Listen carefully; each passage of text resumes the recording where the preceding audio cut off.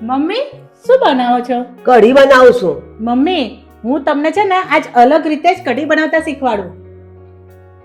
આજકાલની આયેલી તું મને કઢી બનાવતા શીખવાડીશ? 50 વર્ષથી હું ખાવાનું બનાવું છું. 2 છોકરા મેં મોટા કર્યા અને હું તારા પાસેથી શીખીશ.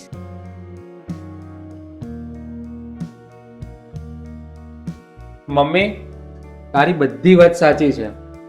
એ તને કઢી બનાવવાની ના નથી પાડતી, પણ એ કંઈક અલગ રીતે કઢી બનાવતો તને શીખવાડે છે. અને મમ્મી શીખવા માટે ઉંમરનો શું લેવા દેવા, હંમેશા નાના મોટાથી અને મોટા નાનાથી જ શીખવાના છે. અને તમે તમારી વહુ સાથે આ રીતે ઘમંડ રાખીને વર્તન કરશો ને તો એને તમારા પ્રત્યે પ્રેમ નહીં પણ તમારા પ્રત્યે એને નફરત પેદા થશે.